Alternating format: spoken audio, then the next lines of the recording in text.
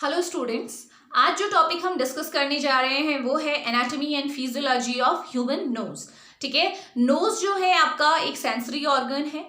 Basically जो nose है उसके ड्यूअल फंक्शन होते हैं। फर्स्ट फंक्शन क्या है आपका?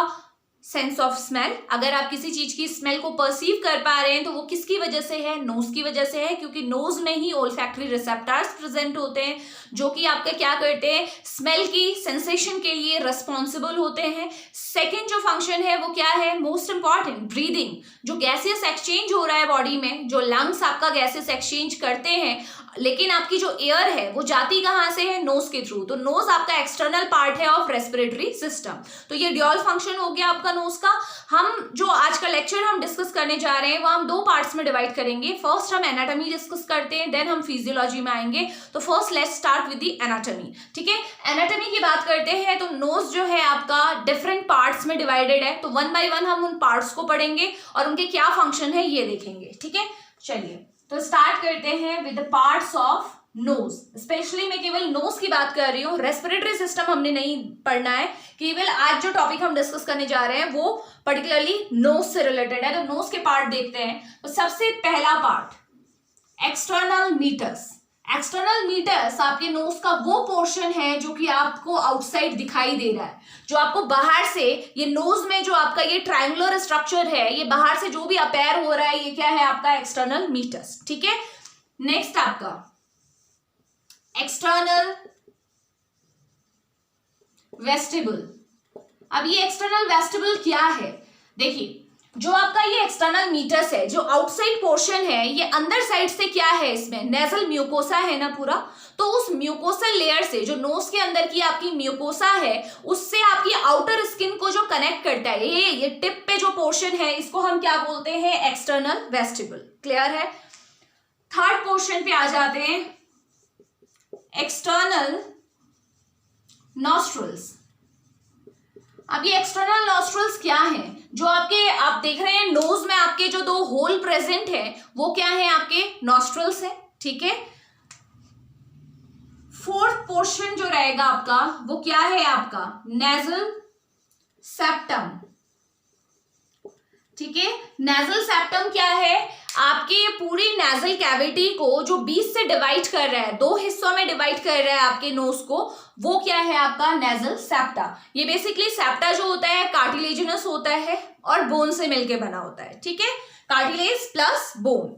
अब जो लास्ट पोर्शन है, जो कि बहुत इंपॉर्टेंट पोर्शन है, वो क्या है आपका? Nasal cavity. जो आपके नोज के अंदर जो पूरी कैविटी है, ठीक है, जिसके थ्रू एयर या कोई भी पार्टिकल अंदर जाते हैं, पूरी कैविटी क्या है आपकी? नेजल कैविटी है। अब मेन फोकस हमारा जो रहेगा वो किस पे रहेगा? नेजल कैविटी पे, कि नेजल कैविटी में अंदर कौन कौन से पार्ट्स प्रेजेंट होते हैं, कौन कौन से कंपोनेंट्स प्रेजेंट होते हैं। तो वन बाय वन हम डिस्कस करते हैं। यहीं से मैं इसका सब डिवीजन कर देती हूँ।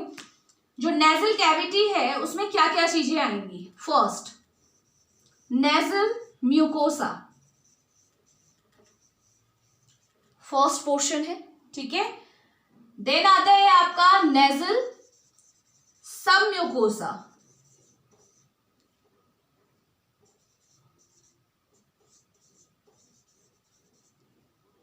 और क्या क्या आता है? आपके साइनस आते हैं। ठीक है, नेजल कैविटी से रिलेटेड होते हैं आपके साइनस, नेजल कैविटी का ही पार्ट है। अभी हम डिस्कस करेंगे साइनस होते क्या है। देन आता है आपका कॉन्के। कॉन्के को एक ऑल्टरनेट टर्म भी यूज करते हैं कॉन्के के लिए, टर्बिनेट बोन्स। ठीक है, टर्बिनेट बोन्स। और लास्ट जो पार्ट है आपका वो है आपका मीटस। ठीक है, मीटस आपका लास्ट पार्ट रहेगा। इसके अलावा भी आप कुछ कंपोनेंट्स को ऐड कर सकते हो। मैं इसी को एरो को ऊपर बढ़ा देती हूं। यहां पे हम लिख सकते हैं नेजो लैक्राइमल डक्ट। तो चलिए, ये सारे आपके कंपोनेंट्स हैं जो हम नेजल कैविटी में डिस्कस करते हैं। मींस ये नेजल कैविटी से किसी न किसी तरीके से या तो नेजल कैविटी को बना रहे हैं या फिर नेजल कैविटी से लिंक्ड है, दोनों टाइप के हो सकते हैं। ठीक है, तो स्टार्ट करते हैं। फर्स्ट जो कि सबसे मेजर है वो हम लोग स्टार्ट करते हैं। पहला है नेजल म्यूकोसा। ठीक है, तो जब आप नेजल कैविटी को देखते हैं, अंदर का जो सरफेस है आपका, नोज का अंदर का जो सरफेस है, सबसे पहली जो आपकी लेयर होगी, लाइक ये अगर आपकी बेसमेंट लेयर है, मैं इस साइड हटा रही हूं इसे,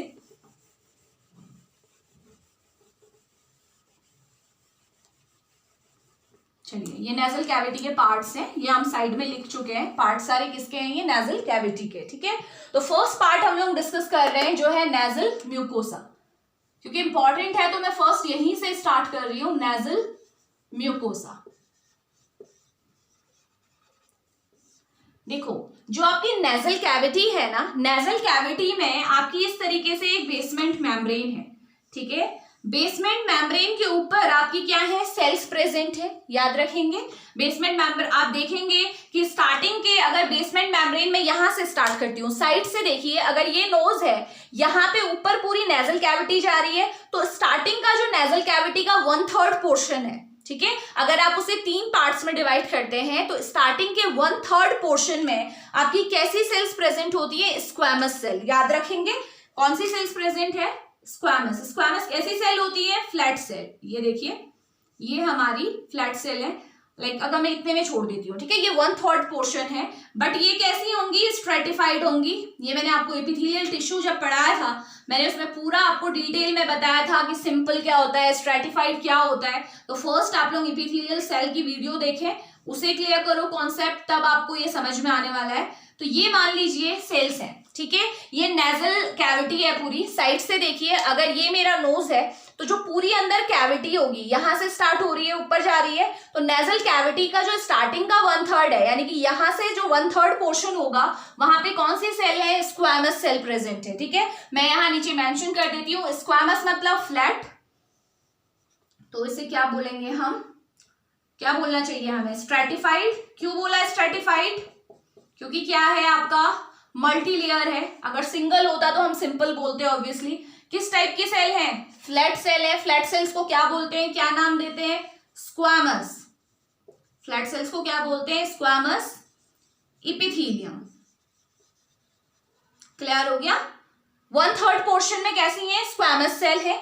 रिमेनिंग जो 2/3 पोर्शन है, ऊपर को जाओगे नेजल कैविटी में, जो लास्ट का जो 2 पार्ट्स बच गए, एक पार्ट में तो आपका स्क्वैमस सेल है, बाकी के में कैसी हैं आपकी सेल्स, इस तरीके की आपको कॉलमनर सेल दिखाई देंगी। मैंने बताया था कॉलमनर सेल जो होती है, एक तो सिंपल कॉलमनर होती है, स्ट्रेटिफाइड होती है, एक होती है स्यूडो स्ट्रेटिफाइड।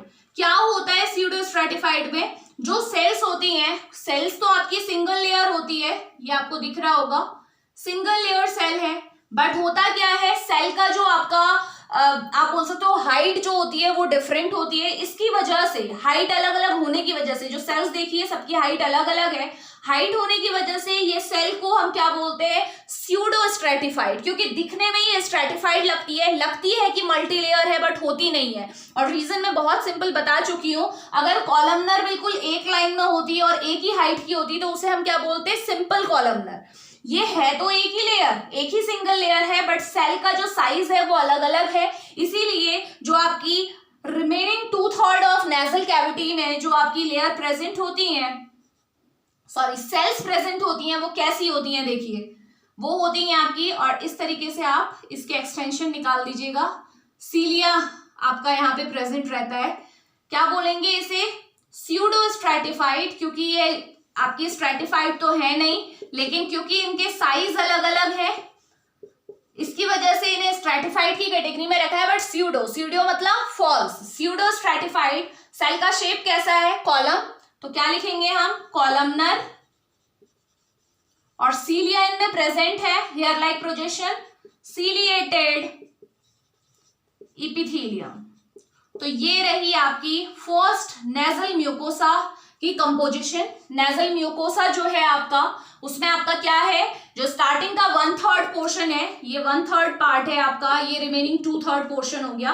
तो 1/3 पार्ट में जो सेल्स हैं वो कैसी हैं, स्क्वैमस सेल है, मल्टी लेयर्ड है। लेयर मैंने यहाँ पे 3 ही दिखाई है, आप कितनी भी दिखा सकते हैं, वो डिपेंड करेगा। तो ये आपकी कैसी होती है, स्ट्रेटिफाइड स्क्वैमस एपिथेलिया है।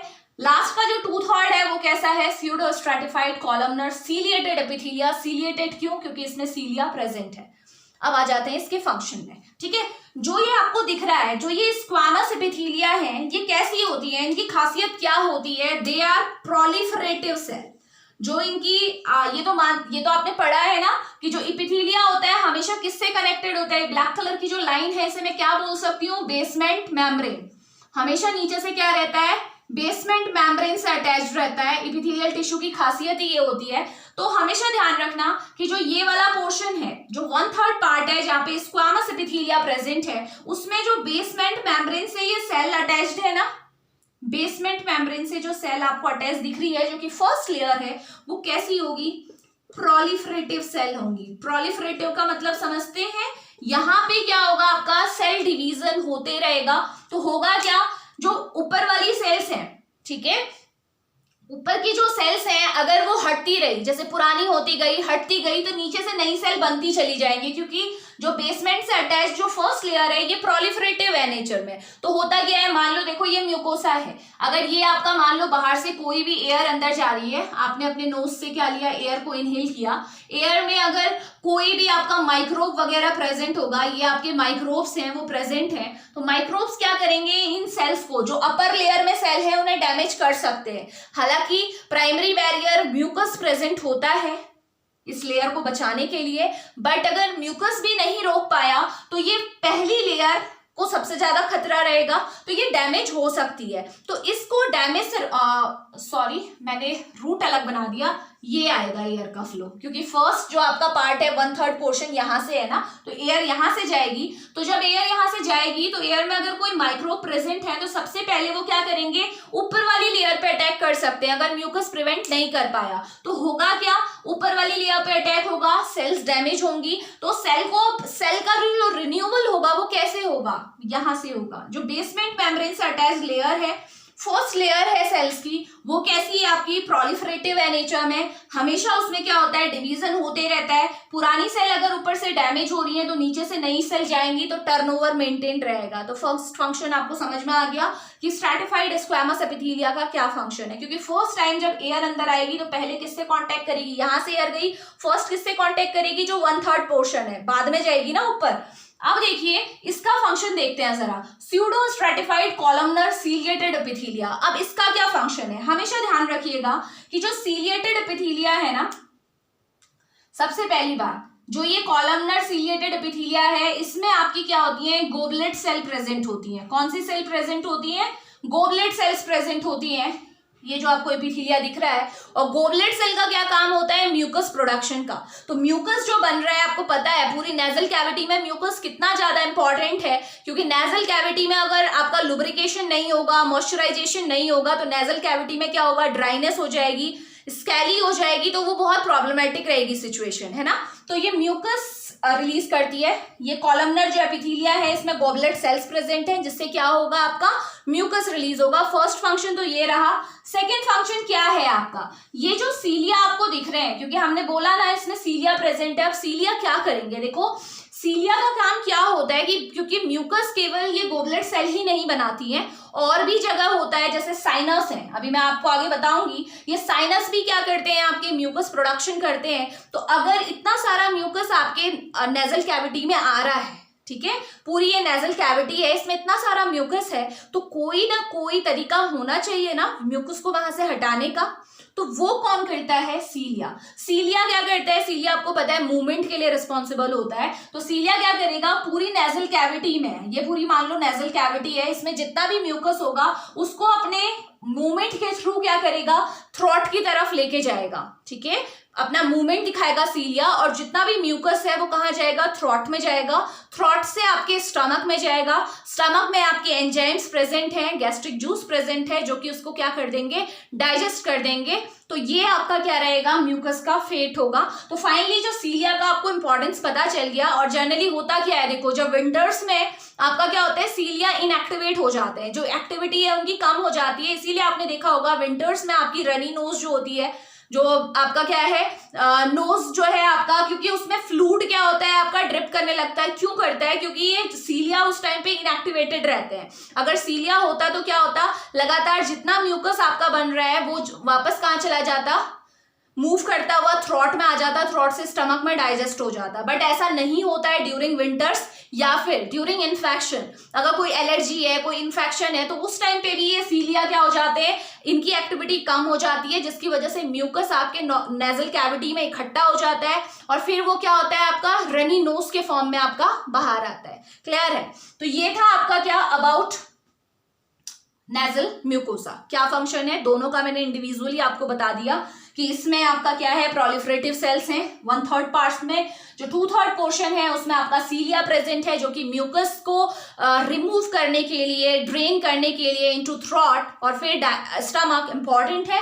और दूसरा क्योंकि ये कॉलमनर है, कॉलमनर एपिथेलिया खुद में कौन सी सेल्स कंटेन करता है, गोबलेट सेल्स। तो गोबलेट सेल क्या करती है, म्यूकस प्रोडक्शन के लिए रिस्पॉन्सिबल होती है। और आप जानते हैं म्यूकस आपके नेजल कैविटी में फर्स्ट लाइन डिफेंस की तरह एक्ट करता है, क्योंकि पूरी नेजल कैविटी म्यूकस से कवर रहती है। तो होगा क्या बताओ म्यूकस की वजह से, जब भी अगर आप एयर इनहेल कर रहे हो, अगर मैं रेस्पिरेटरी सिस्टम का पार्ट मान के चलूं, तो जब भी हम एयर इनहेल करते हैं तो एयर में बहुत सारे डस्ट पार्टिकल होते हैं, आपके माइक्रोब्स प्रेजेंट होते हैं।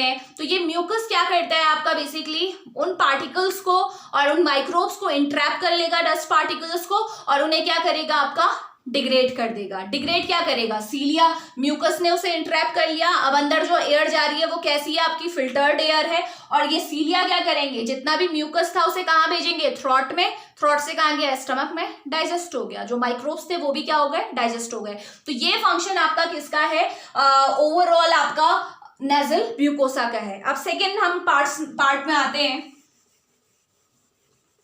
इसी के नीचे हम डिस्कस कर लेंगे इसे भी। अब ये जो आपको लेयर दिखी, ठीक है, नेजल म्यूकोसा, यहां पे हम मेंशन कर देते हैं सेकेंड पार्ट क्या है आपका, नेजल सब म्यूकोसा। सेकेंड पार्ट है ये, पहला हम कर चुके, अब सेकेंड पे आइए।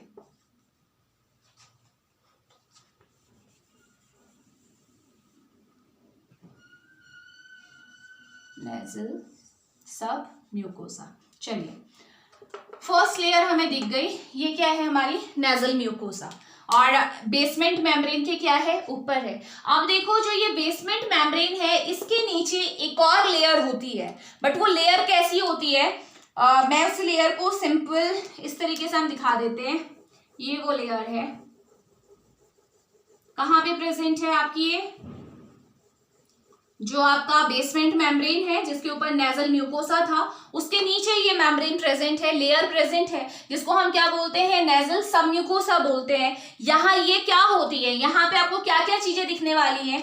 ये वाला जो आपका एरिया है, यहाँ पे आपको सबसे पहले बहुत सारी ब्लड वेसल्स की सप्लाई आपको दिखेगी।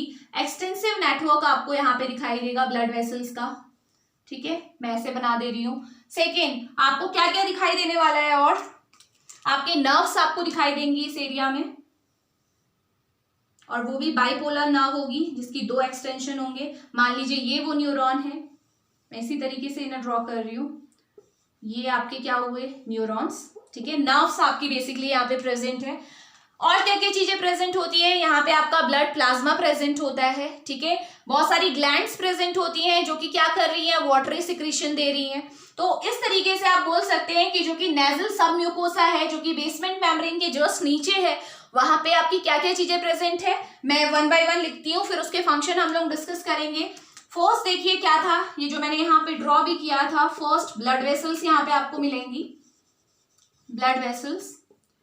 सेकेंड आपकी नर्व यहाँ पे आपको मिलेगी, ठीक है। थर्ड आपका जो आपका ब्लड प्लाज्मा है वो यहाँ पे प्रेजेंट रहेगा, ब्लड प्लाज्मा, ठीक है, प्लाज्मा आप जानते हैं ना, ब्लड का कंपोनेंट है। और क्या है आपका, कुछ आपकी ग्लैंड्स यहाँ पे प्रेजेंट होंगी जो कि आपका वाटरी सिक्रेशन देंगी, ठीक है। तो प्लाज्मा आप जानते हैं, प्लाज्मा क्या है, केवल एक बोल सकते हो वाटरी कंपोनेंट है जिसमें प्रोटीन्स प्रेजेंट होती हैं आपकी, प्लाज्मा प्रोटीन्स यहाँ पे हैं आपकी, ठीक है। और आपके आयंस प्रेजेंट होते हैं, इलेक्ट्रोलाइट्स प्रेजेंट होते हैं। अगर इसके यहाँ पे आपके नेजल कैविटी में किसी भी चीज की जरूरत है तो वो प्लाज्मा से मिल सकता है। बट उसको छोड़ के जो मेन जो हमें 2 चीजें डिस्कस करनी है, ग्लैंड्स तो आपका वाटरी सिक्रेशन देती है तो वो फ्लूइडिटी को मेंटेन करने का काम करेगा। जो मेन है वो क्या है, ब्लड वेसल एंड नर्व्स, ठीक है। तो ब्लड वेसल्स क्या करती हैं, सबसे पहले ये देख लेते हैं। देखिए जो ब्लड वेसल्स है उसके अंदर क्या रहेगा, ब्लड रहेगा। तो जो नेजल कैविटी में जो एयर जा रही है, एयर फ्लो कर रही है, उस एयर के टेम्परेचर को मेंटेन करने का काम कौन करती है, ये ब्लड वेसल्स। क्योंकि ब्लड वेसल के अंदर ब्लड होगा और हम क्या है, वार्म ब्लडेड एनिमल है, तो आपका क्या होगा, एनिमल्स की कैटेगरी में ही आते हैं हम भी, है ना, वैसे ह्यूमन हो गए। तो क्या होगा, देखो जब यहां से आपका क्या होगा, एयर अंदर जाएगी, तो क्या होगा, ये जो आपका ब्लड है, ब्लड क्या करेगा, एयर के टेम्परेचर को इक्विलिब्रेट करने की कोशिश करेगा। तो फर्स्ट फंक्शन जो ब्लड वेसल का है वो क्या है, टेम्परेचर। ठीक है, ये क्या करेगा, जो भी एयर अंदर जा रही है उसके टेम्परेचर को मेंटेन करने की कोशिश करेगा। दूसरा काम क्या होता है, जो ये ब्लड वेसल्स आपको दिखाई दे रही हैं, इसके सरफेस में आपकी, अगर ये ब्लड वेसल है, ठीक है, इसके सरफेस में आपकी सेल्स प्रेजेंट होती हैं इस तरीके से। इन सेल्स को हम क्या बोलते हैं, इनका नाम होता है आपका एंडोथीलियल सेल्स। ठीक है, ये सेल्स क्या है आपकी, एंडोथीलियल सेल्स। अब ये एंडोथेलियल सेल्स क्यों आपकी जरूरी है, ये तब आपकी रिस्पॉन्सिबल होती है जब अगर मान लीजिए कोई इन्फ्लामेशन हो गया, ठीक है, कोई भी आपका माइक्रोबियल अटैक हुआ है या कोई भी इन्फेक्शन हुआ है, तो उस टाइम पे ये ब्लड वेसल्स में प्रेजेंट जो एंडोथेलियल सेल है, ये क्या करती है, डब्ल्यूबीसी को अट्रैक्ट करने का काम करती है। और आप जानते हो ना, डब्ल्यूबीसी क्या करते हैं, फाइट करते हैं अगेंस्ट एनी इन्फेक्शियस मटेरियल, है ना। तो डब्ल्यूबीसी को जो अपनी तरफ अट्रैक्ट करेगी वो कौन होंगी, ब्लड वेसल्स। ब्लड वेसल्स में आपकी एंडोथेलियल सेल्स हैं जो डब्ल्यूबीसी को अट्रैक्ट करेंगी, और डब्ल्यूबीसी जो भी साइट ऑफ इन्फ्लामेशन है वहां पे इन्फेक्शन को होने से रोकेंगी। इतना आपको पता होना चाहिए, ये फंक्शन किसका है, ब्लड वेसल्स का। Now second one is nerves. ठीक है, नर्व में आप ध्यान रखिएगा कि यहाँ पे दो टाइप की नर्व का इनोवेशन होता है। कौन कौन सी नर्व है वो मैं यहाँ पे बता देती हूँ आपको। दो नर्व आपकी रहेंगी। फर्स्ट नर्व है आपकी ट्राइजेमिनल नर्व, ये क्रैनियल नर्व है, याद रखिएगा, ट्राइजेमिनल नर्व। और सेकेंड जो नर्व है उसका नाम है मैक्सिलरी नर्व। ये दोनों ही क्रैनियल नर्व है। अब देखें दोनों नर्व किस चीज के लिए रिस्पॉन्सिबल है। देखिए जो ट्राइजेमिनल नर्व है वो किस चीज को, नर्व का काम क्या होता है, इंपल्स सेंस, पहले तो क्या करेगा, इंपल्स को सेंड करेगा, बट फर्स्ट क्या होगा, किसी भी स्टिमुलाई के अगेंस्ट एक्टिवेट होना। तो जो ये ट्राइजेमिनल नर्व है ये किस चीज को सेंस करती है, टच, प्रेशर एंड टेम्परेचर। ठीक है, जब भी कोई चीज आपकी नेजल कैविटी में टच होती है या फिर आपका प्रेशर पड़ता है नेजल कैविटी में किसी भी वजह से, या फिर टेम्परेचर चेंज होता है, तो उसको सेंस कौन करता है, ट्राइजेमिनल नर्व। ब्रेन को मैसेज जाएगा और ब्रेन अकॉर्डिंगली रिस्पॉन्ड करेगा। सेकेंड नर्व है आपकी मैक्सिलरी नर्व। मैक्सिलरी नर्व जो है आपकी ऑटोनॉमिक नर्वस सिस्टम के फंक्शंस को परफॉर्म करती है। बेसिकली जो आपके पैरासिम्पैथेटिक और सिंपैथेटिक नर्वस सिस्टम का जो काम है वो किसके थ्रू होता है, मैक्सिलरी नर्व्स के थ्रू। यानी कि अगर मान लीजिए कभी आप ऐसी सिचुएशन में हैं कि आपका सिंपैथेटिक नर्वस सिस्टम एक्टिवेट हुआ, जो मैं बार पहले भी आपको बताया है कि जब आप एक्सरसाइज कर रहे हैं या कोई वर्कआउट कर रहे हैं या आप डरे हुए हैं, फाइट फ्लाइट कोई भी सिचुएशन है, तो कौन सा सिस्टम एक्टिवेट होता है, हमारा sympathetic nervous system. Sympathetic, sympathy, है ना, जब आपकी बॉडी को सिंपैथी की जरूरत है तो सिंपैथेटिक नर्वस सिस्टम एक्टिवेट होता है। तो सिंपैथेटिक नर्वस सिस्टम का आपके नोज पे क्या इफेक्ट पड़ता है, समझ रहे हैं, नोज पे क्या इफेक्ट पड़ेगा, सिंपैथेटिक नर्वस सिस्टम इस मैक्सिलरी नर्व के थ्रू, इस मैक्सिलरी नर्व को एक्टिवेट करेगा और इस नर्व के थ्रू आपकी जो ब्लड वेसल्स हैं वो क्या हो जाएंगी, कॉन्स्ट्रिक्ट हो जाएंगी। ठीक है, और अगर पैरासिम्पैथेटिक नर्वस सिस्टम एक्टिवेट हुआ होता जिस टाइम पे आप रेस्ट कर रहे हैं या डाइजेशन कर रहे हैं, तो उस टाइम पे क्या होता, मैक्सिलरी नर्व एक्टिवेट होती जरूर, लेकिन जो ब्लड वेसल्स हैं वो क्या होती, डायलेट हो जाती। तो यानी कि आप कह सकते हैं कि जो ट्राइजेमिनल नर्व है ये आपका क्या करती है, आपके टच, प्रेशर, टेम्परेचर की जो आपके सेंस है उनको क्या करती है, उनके अगेंस्ट रिस्पॉन्ड करती है। जबकि जो मैक्सिलरी नर्व है ये क्या करती है, ऑटोनॉमिक नर्वस सिस्टम के जो भी इनपुट्स हैं उनके अगेंस्ट क्या करेगी, रेस्पॉन्ड करेगी। सिंपैथेटिक नर्वस सिस्टम एक्टिवेट हुआ है तो इसके थ्रू क्या होगा, आपका ब्लड वेसल्स क्या हो जाएंगी, आपकी कॉन्स्ट्रिक्ट हो जाएंगी। अगर आपका पैरासिम्पैथेटिक नर्वस सिस्टम एक्टिवेट हुआ है बॉडी में जब हम रेस्ट कर रहे हैं या डाइजेशन कर रहे हैं, तो भी ये क्या होगी, ये नर्व क्या करेगी, आपकी ब्लड वेसल्स को क्या कर देगी, डायलेट कर देगी। तो इस तरीके से आपका नेजल सब म्यूकोसा आपका कवर होता है। ठीक है, इसमें क्या क्या चीजें प्रेजेंट है। नेक्स्ट आ जाते हैं, ये था आपका अबाउट नेजल सब म्यूकोसा।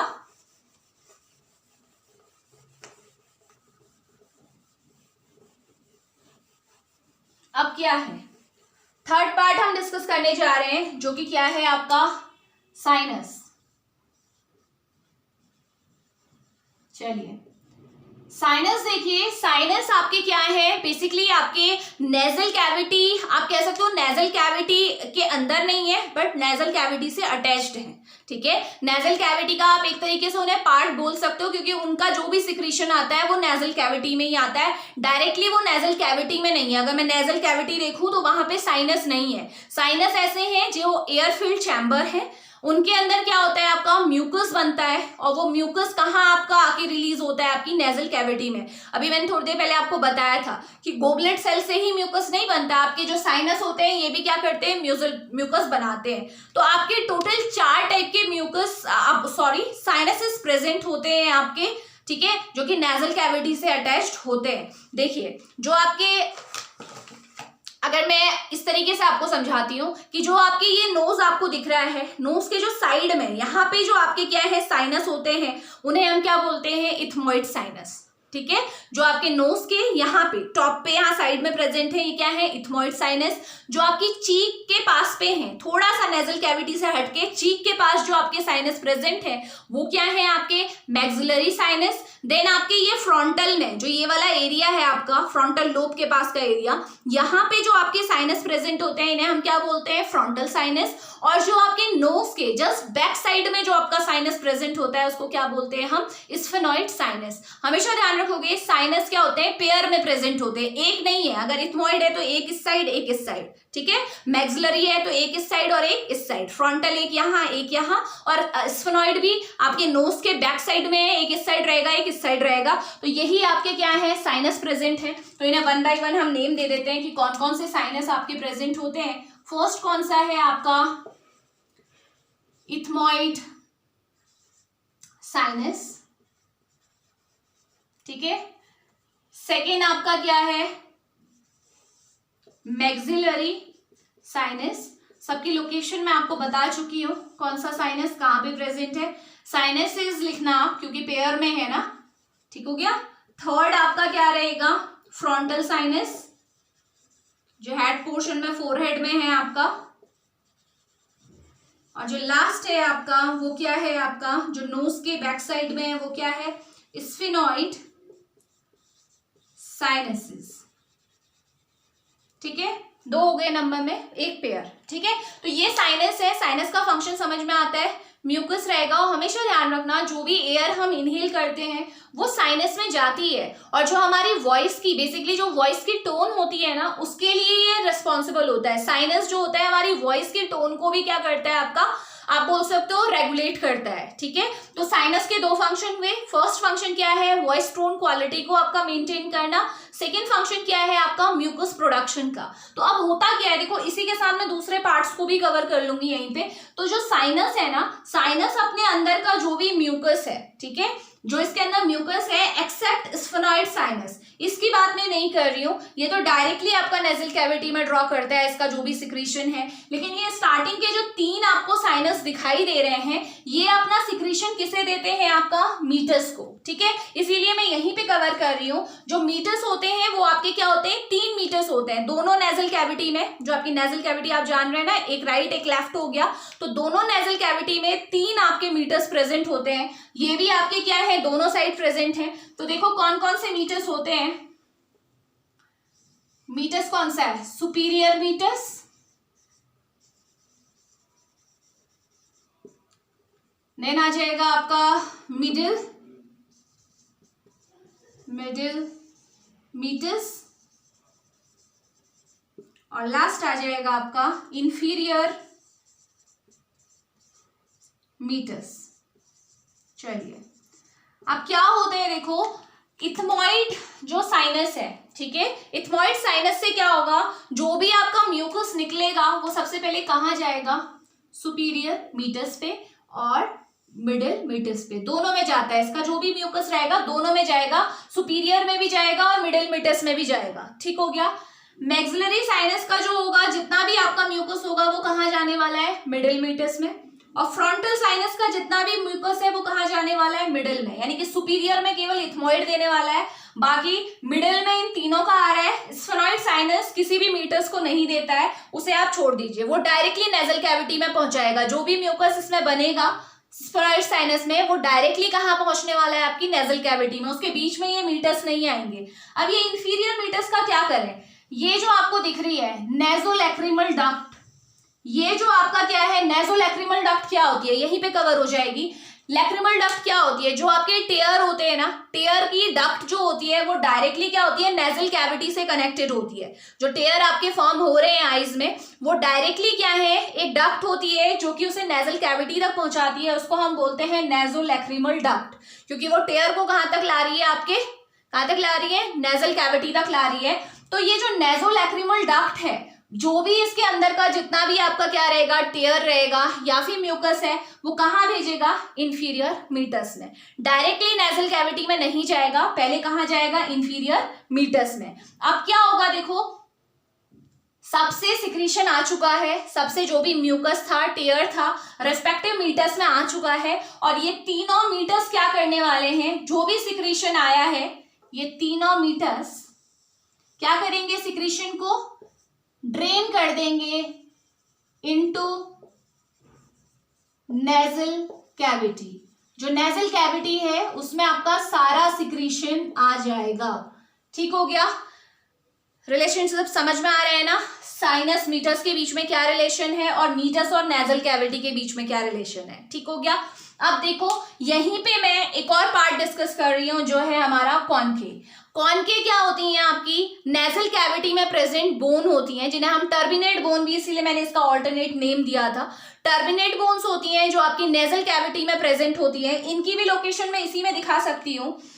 देखो जो आपका ये दिख रहा है, आपको सुपीरियर मीटर्स दिख रहा है और मिडिल मीटर्स दिख रहा है, इसके बीच में जो इस तरीके से आपकी इन दोनों के बीच में जो आपकी बोन होगी, उसे हम क्या बोलते हैं, सुपीरियर कॉन्के। क्या बोलते हैं, सुपीरियर कॉन्के। यानी कि सुपीरियर कॉन्के कहाँ पे प्रेजेंट होते हैं, सुपीरियर मीटर्स और मिडिल मीटर्स के बीच में। मिडिल मीटर्स और इंफीरियर मीटर्स के बीच में जो आपकी क्या होती है, बोन होती है, जो टर्बिनेट बोन है, उसे क्या बोलते हैं हम, मिडिल कॉन्के। ठीक हो गया, मिडिल कॉन्के। और जो इंफीरियर मीटर्स है, और इंफीरियर मीटर्स के नीचे क्या आता है, सीधे आपकी नेजल कैविटी का फ्लोर आ जाता है। यानी कि जो इंफीरियर मीटर्स और नीचे जो नेजल कैविटी का फ्लोर है, उसके बीच में जो आपकी बोन प्रेजेंट होती है, उसे हम क्या बोलते हैं, इंफीरियर कॉन्के। अब इन बोन्स का क्या काम है, हमें सबका फंक्शन पता चल गया। साइनस का काम है म्यूकस बनाना और वॉइस टोन जो होती है उसकी क्वालिटी को मेंटेन करना। मीटर्स का काम है कि जो भी साइनस से जो भी सिक्रीशन आ रहे हैं, वेदर इट इज म्यूकस और टेयर, उसे कहाँ ड्रेन करना, नेजल कैविटी में पहुंचाना। उसके अलावा जो आपकी ये कॉन्के हैं, कॉन्के का क्या काम है, इसकी लोकेशन तो हमें पता चल गई कि ये मीटर्स के बीच में होते हैं आपके, बट ये एक्जेक्टली करते क्या है। देखो टर्बिनेट जो आपकी बोन है, टर्बिनेट नाम इसलिए दिया है क्योंकि ये टर्बुलेंस क्रिएट करता है। ठीक है, ये बोन्स क्या करती हैं, जब एयर आपके नॉस्ट्रल से होके अंदर जाएगी, नेजल कैविटी में ट्रेवल करेगी, नेजल कैविटी में क्या है, इस तरीके से ये बोन अरेंज्ड है। ठीक है, तो ये बोन जो अरेंज्ड है आपकी, अब होगा क्या, जब एयर जाएगी इन बोन से टकराएगी, ठीक है, तो क्या आएगा, एयर में मूवमेंट आएगा, एयर स्वर्ल करेगी। उस एयर की स्वर्लिंग के वजह से आपका क्या होने वाला है, जो आपका म्यूकस है और एयर का जो कांटेक्ट है और भी अच्छा हो जाएगा। म्यूकस के साथ एयर बहुत अच्छे से कांटेक्ट कर पाएगी, क्योंकि ये टर्बिनेट जो बोन्स होती हैं, ये सरफेस एरिया को इंक्रीज कर देती हैं। जितना ज्यादा म्यूकस का सरफेस एरिया इंक्रीज होगा, उतना ही ज्यादा एयर को कांटेक्ट टाइम मिलेगा विथ म्यूकस। ठीक है, एयर म्यूकस से कांटेक्ट में आएगी। अब क्या होगा, जैसे एयर म्यूकस से कांटेक्ट में आई, एयर में प्रेजेंट जो भी आपके पार्टिकुलेट मटेरियल हैं, चाहे वो डस्ट था चाहे माइक्रोब था, वो क्या होगा, म्यूकस मेम्ब्रेन से अटैच हो जाएगा। म्यूकस मेम्ब्रेन उसे इंट्रैप कर लेगी और आगे जो एयर जाएगी वो कैसी होगी, आपकी फिल्ट्रेट एयर होगी, और जो पार्टिकल्स रह गए वो म्यूकस में ही रह गए। और आप जानते हो म्यूकस को सीलिया हटाएगा, जीआई ट्रैक में गया और डाइजेस्ट हो गया। तो यहां से आपको पता चलता है कि ये टर्बिनेट बोन्स, जो ये बोन्स लगी हुई है, जो नेजल कैविटी में जो बोन्स प्रेजेंट है, उनका क्या फंक्शन है। ये बोन्स क्या करने वाली है, आपका जो एयर जो भी अंदर जा रही है उसके मूवमेंट को बढ़ा देगी, और जो आपका म्यूकोसा है उसके सरफेस एरिया को क्या कर देगी, बढ़ा देगी। अब आप जानिए जितना ज्यादा सरफेस एरिया होता है उतना ही ज्यादा क्या होता है, कांटेक्ट टाइम बढ़ जाता है ना। तो एयर उतना ही कांटेक्ट में आएगी म्यूकस मेम्ब्रेन के, एयर में जो भी पार्टिकुलेट मटेरियल है वो म्यूकस मेम्ब्रेन उसे इंट्रैप कर लेगा। एयर जाने वाली आपकी कैसी रहेगी, फ्रेश एयर रहेगी, फिल्ट्रेटेड एयर रहेगी, फ्री रहेगी from dust particle and any type of microbes. तो ये था आपका क्या, ऑल अबाउट नोज एनाटॉमी। ठीक है, एनाटॉमी हम पूरी कवर कर चुके हैं। इसमें जो पार्ट्स थे हमने इंडिविजुअली सारे पार्ट्स हम डिस्कस कर चुके हैं, कि जो नेजल कैविटी के पार्ट थे और इंडिविजुअल जो नोज के पार्ट थे आपके, वो भी हम डिस्कस कर चुके हैं। इससे नेक्स्ट पार्ट में हम लोग डिस्कस करेंगे about the physiology of nose. Thank you.